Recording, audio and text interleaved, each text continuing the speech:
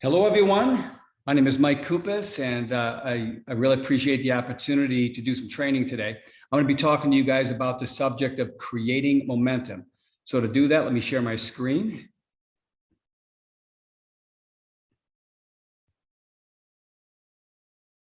Okay.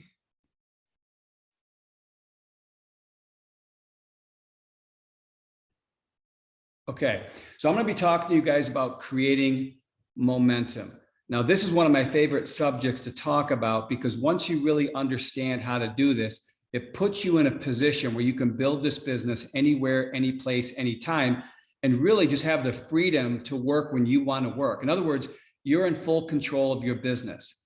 So this is something I really believe in because, every single person I know would want to be in that position. So let's get right into it. First of all, when you think of creating momentum, I like to define it as mastering the art of creating new production in your open line. So we all know that many of us are going to have existing teams already built. We're going to have existing business already in place, but this is about creating new business so you're not limited on your old business. And this is the real power that everyone should have because it will really give them, I would say the independence to really never depend on what they have. They can always go out and create new business. Now, the first thing you have to do is you have to learn how to present the ACN opportunity.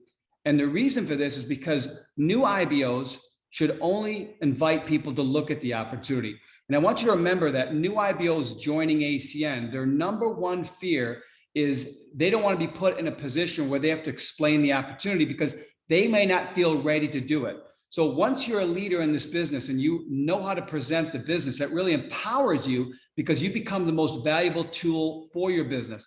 Imagine being really effective at doing presentations and you could literally look at every person you're talking to and say, listen, all I want you to do is just put people in front of me. Just invite people to hear me explain it. And when I'm done talking, they can decide whether they want to get involved or not. But you don't have to do it. Let me do it. And that's one of the reasons why I learned how to do presentations as quick as possible because I wanted to have that leverage. I wanted to have that power.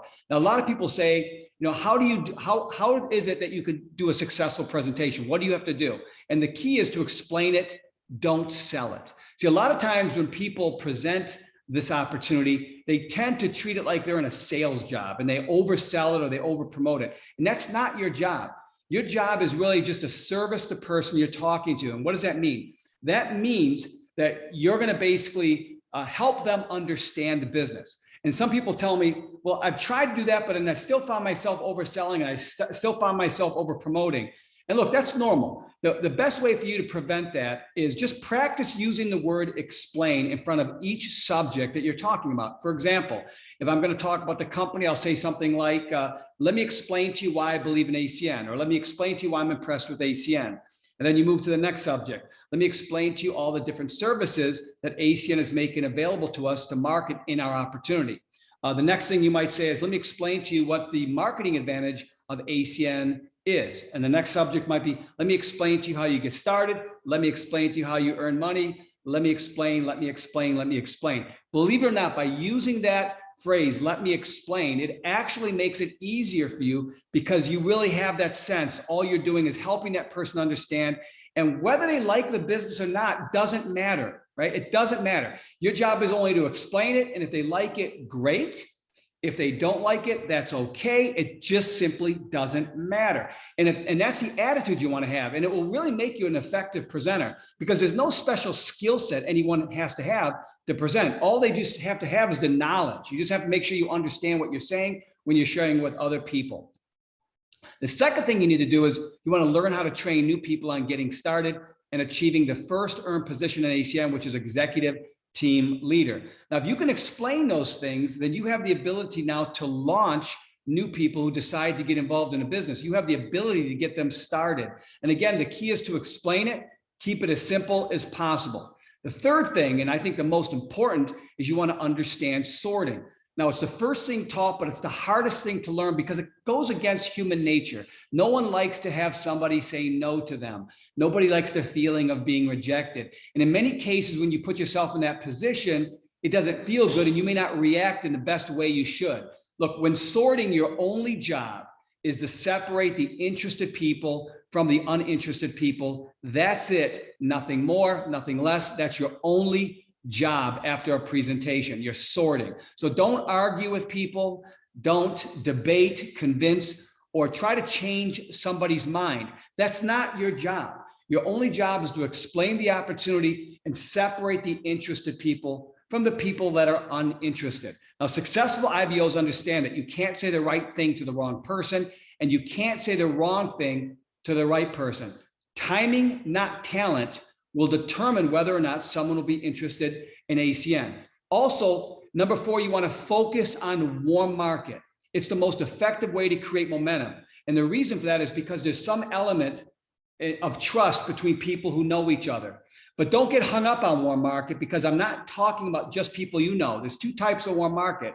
There's yours and there's someone else's. So we all know people that know people we don't know. That's their warm market. As long as we're focused on warm markets, we have the best advantage to succeed. Now, I want to give you a little example. If you were taught properly when you first joined this company, you as a brand new IBO should have been told something like this.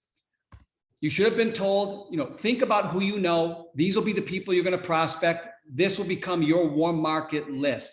And your only job is to invite these people to see the presentation. And because we're focusing you on your warm market, as I mentioned earlier, there's an element of trust between you and those people. Your only job is to put them in front of an expert, someone that's willing to present or explain ACN for that new IBO. And if you know what you're doing, you'll even edify that expert, which means you're building up the credibility of that expert. And you're doing that for a reason. So that prospect will have reasons why they should listen to that expert. But look, regardless of whether you edify that expert or not, it doesn't matter, because the simple fact that the expert is the one explaining the business, that prospect will have a sense of respect for that person because they're the one explaining the business. They're the one that will answer the questions. Presentations are most effective when you're combining trust and respect. So most of us learn this. Most of us understand that when you're a new IBO, you want to, make a list, or you want to, look at your contacts or think about people and you want to simply put them in front of the information, have somebody else explain it. And obviously, if you do this properly, you can get very, very good results. But at some point, you as a new IBO have to make the transition of not just being a new IBO, but stepping up and saying, you know what, I'm ready to be a leader. I want to be in full control of my business. So you want to become the expert. What does that basically mean? All that means is you are now willing to do presentations for other people. Now, experts understand when presenting, the most valuable thing a person that you're presenting to can offer you is their warm market contacts. And let me repeat, the most valuable thing a person can offer you is their warm market contacts.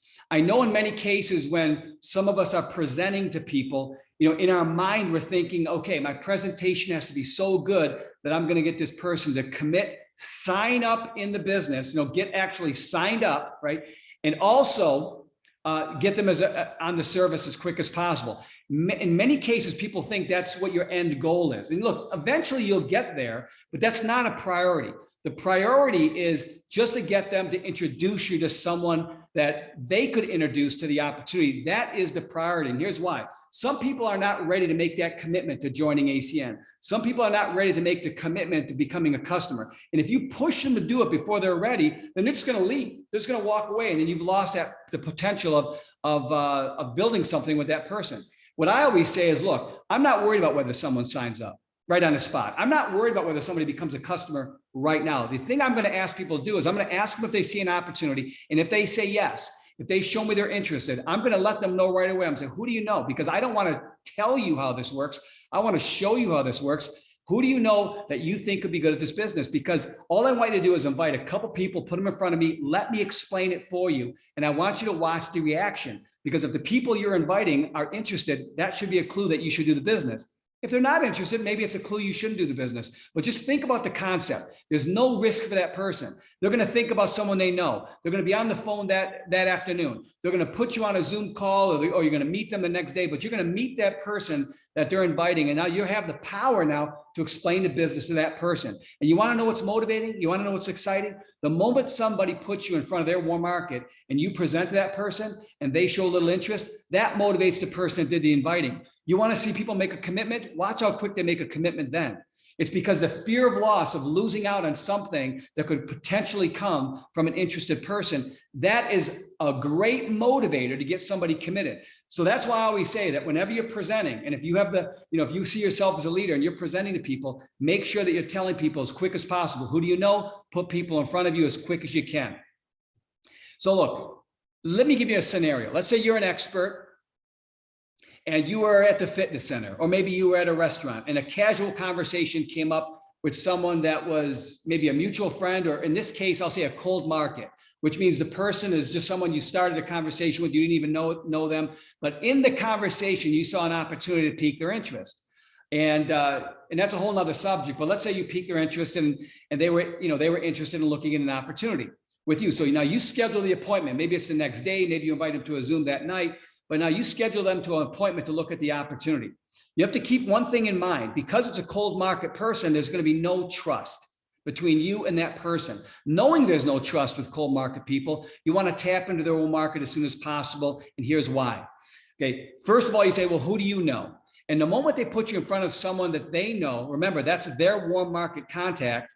There's going to be trust between that cold market prospect and their warm market contact. And because you're the presenter, right, just as I said earlier, there's going to be an automatic respect for you. So again, presentations are most effective when you're combining trust and respect. And this is the quickest way to get cold market prospects successful in this business. And it's the quickest way to get them committed to the business, because by getting their warm market interested, guess what? It motivates them, and that same fear of loss can happen. And that's how you want to approach cold market. You approach them with the mindset and attitude that we're going to tap into their warm market, no different than we asked you to tap into your warm market. Look, leaders' focus is to get as many people as possible just to look at the opportunity. That's what the leader's focus is. And once they do that, they ask the interested people who they know.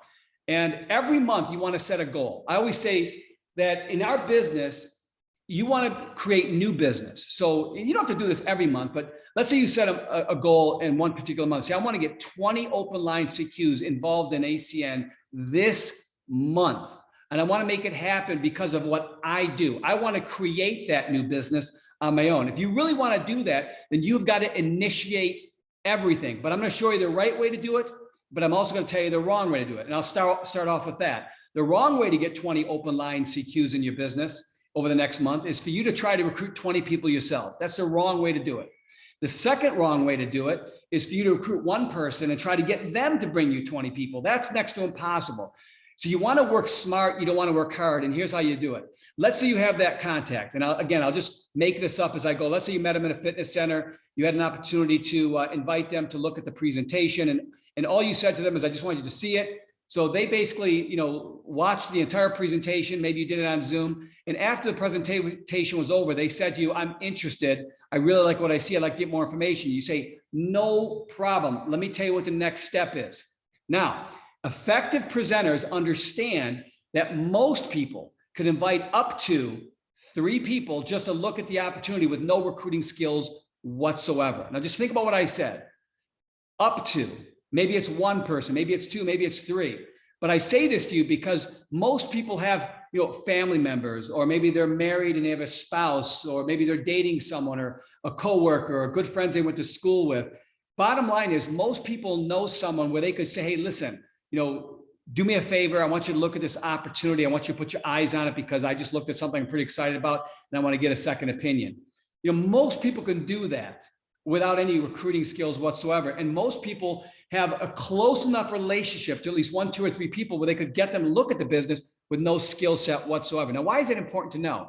Because that's the best way for you to leverage growth, is understanding the fastest and quickest way to build. So if you've got this person interested, you want to literally say to them, who do you know? Who do you know that you think might be interested in the business? Because all I want you to do is put them in front of me and let me explain it for you. And now your job is to explain the business to everyone they put in front of you. So let's say this person puts you in front of 3 people. Now, this could have been all at one time. Maybe they invited 3 people to a Zoom. Maybe you did 3 separate meetings. It doesn't matter. Your job is to explain the business to each one of these people, because that is your job. You treat them like they're on your first level. Don't treat them like a second level. You treat them like a first level. You present to all 3 of them. You get them to look at the business, and you duplicate. You simply say the same thing. Who do you know? Let's say this person introduced you to 2 people. This one introduced you to 2 people, and this one introduced you to 1. We get them to look at the business no different. Then we ask them who they know. This person invites 1 who brings a friend. This person brings 2. This person invites 1. This person invites 2. What do? We get them to look at the business. Now, this person invites 2. This person invites 1. This person invites 2. What do? We get them to look at the business. And your job, again, is to explain it to everyone.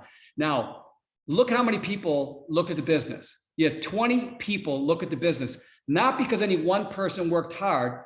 It's not because any one person did a lot. It's because everyone did a little bit. And if you look here, no one introduced more than 2 people except for the first person who invited 3. Everyone else only introduced 1 or 2. And that's how quickly you can get to 20 people. Now, you could actually do this in 7 days, easily. Imagine just doing meetings every single day during a week, and everyone was just inviting a couple people. You could actually have 20 people looking at the business.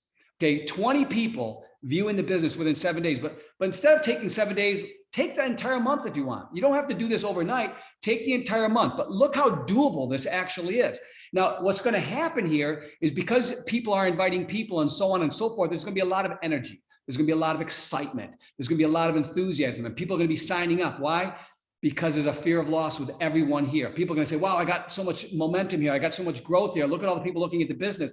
And that energy and that excitement, that's how you create momentum, right? Motion creates emotion. And that's what your job is by doing this. Now, also understand that experienced leaders define momentum slightly different than new IBOs. And here's the difference. Experienced leaders define momentum as a growing number of open line CQs every month. In other words, they're looking at the numbers, right? And eventually all of us will look at the numbers, and you want to grow those numbers. But new IBOs, and remember, they don't understand the business. So they just simply define it as the number of people just looking at the opportunity. So that's what we're leveraging, right? If somebody can put you in front of 1 person or 2 people or 3 people, and then some of those people can put you in front of a couple, it's that feeling that things are happening even before people sign up. And a good leader that knows how to create momentum basically takes advantage of that. They say, listen, just put people in front of me, just put people in front of me, just put people in front of me. And they don't really care who says yes or no. But by presenting the business, by exposing it to a lot of people, all of a sudden you're going to just spark a fire underneath some of these lines, and it's going to burn all the way up, and everybody's going to sign up at the same time. That's what makes it exciting. So look, after you sort, your only other job is just to promote people to go through the ACN system. A lot of people say, well, what is the ACN system? Look, you don't want to overcomplicate it. It's just a series of events, right? IBOs who participate in events will fully be enrolled in ACN. It's one thing to just be in ACN, but it's another to be enrolled in ACN. And that's when you really understand the whole process. And if you look at the steps, it's pretty simple. You got business opportunity presentations, trainings, regional events, and international events. So these are the things that will really get people where their internal belief is at a maximum, not only in the opportunity, but in themselves. And that's something that happens over time. It's not instantaneously. So that's why we say recruiting people is instant, but enrolling people is a process. So as long as you're keeping people in the game, and they're going through the process, you're going to have duplicated leadership on your team, where you're going to look back one day and say, wow, I can't believe how many people I have on my team that do this business and they don't even need me anymore. And it's because they're enrolled into the business, just like you're enrolled in the business. Bottom line, leaders make things happen, and everyone else waits for things to happen. So that really concludes my training. Let me end the show here. I want to thank each and every one of you for listening. And again, it was a high-level philosophy view I wanted to give you. But if you really think about what I shared with you, our job as leaders is actually quite simple. It's just a person who takes action. It's just a person who goes to work, makes themselves available, is willing to learn the presentations, is willing to ask people who they know. If you're willing to do all that, I promise you, you'll have no problem creating momentum, and you'll start to understand the true power you have in building this business. So thank you guys all for listening.